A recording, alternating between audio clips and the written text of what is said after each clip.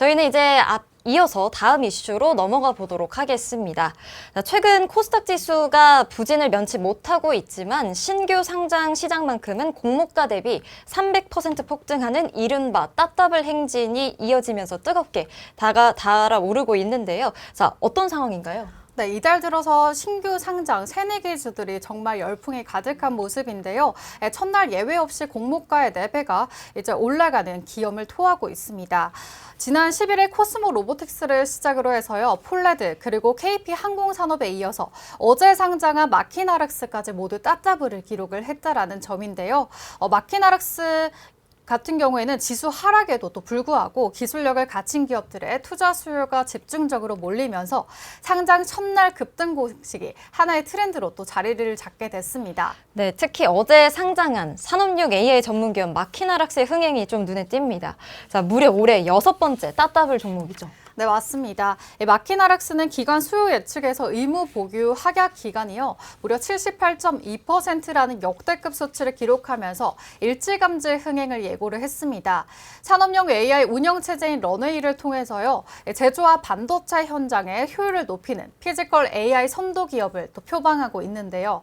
무려 13조 8천억 원이 넘는 청약 증거금을 끌어모으면서 AI 섹터에 대한 시장의 높은 기대감을 입증을 했습니다. 네, 또 앞서 상장한 웨어러블 로봇 전문 기업인 코스모 로보틱스 역시 상장 이후 흐름이 상당히 견조해 보입니다. 네, 맞습니다. 코스모 로보틱스는 상장 첫날 따따블을 기록하면서 이후에도 이틀 연속 상한가를 또 기록하는 등 폭발적인 상승세를 보여준 종목이죠.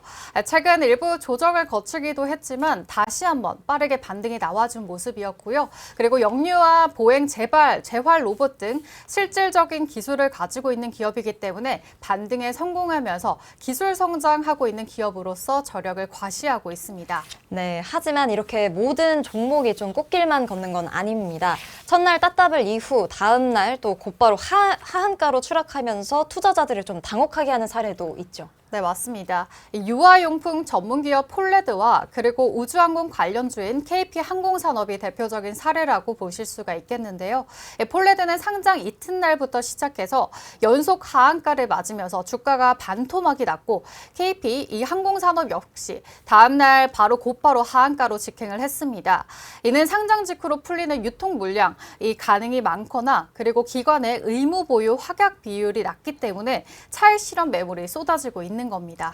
네, 그러면 결국 시장이 단순한 흥행을 넘어서 해당 기업의 실제 가치와 수급 상황을 좀 냉정하게 따지기 시작했다는 거군요. 네, 정확합니다. 최근 장세는 기술 특례로 상장한 기술 성장 사업부, 기업부 소속 종목들의 강세를 유지한 반면에요. 일반 벤처라든지 그리고 중견 기업부 소속 종목들은 급락하는 옥석 가리기 현상이 너무나도 뚜렷한 모습입니다. 가격 제한폭 확대 이후로 초기 가격 과정에서 변동성이 극심해진 만큼 투자자들의 상장 첫날 화려한 수치에만 또 이제 현혹되지 말고요. 보호 예수 해제 시점 등을 꼼꼼히 따져보시는 것이 좋겠습니다. 네, 또 새내기주들의 이런 널뛰기 장세가 지속이 되면서 투자자들의 주의가 좀 어느 때보다 필요해 보이는 시점입니다. 네, 맞습니다. 전문가들은 신규 상장 종목이 시장에 안착하기까지 보통 15영업일 정도 가격 발견 기간이 필요하다라고 조언을 하고 있습니다.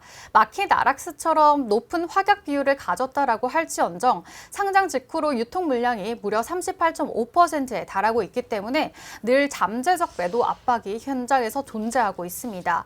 자, 결국 상장 첫날에 이러한 급등이요. 중장기 주가 유지로 이어지려면 고객사 확보를 통한 또 이제 반복적인 매출과 또 실질적인 이익 창출력이 입증하는 게 핵심 과제가 될 전망입니다.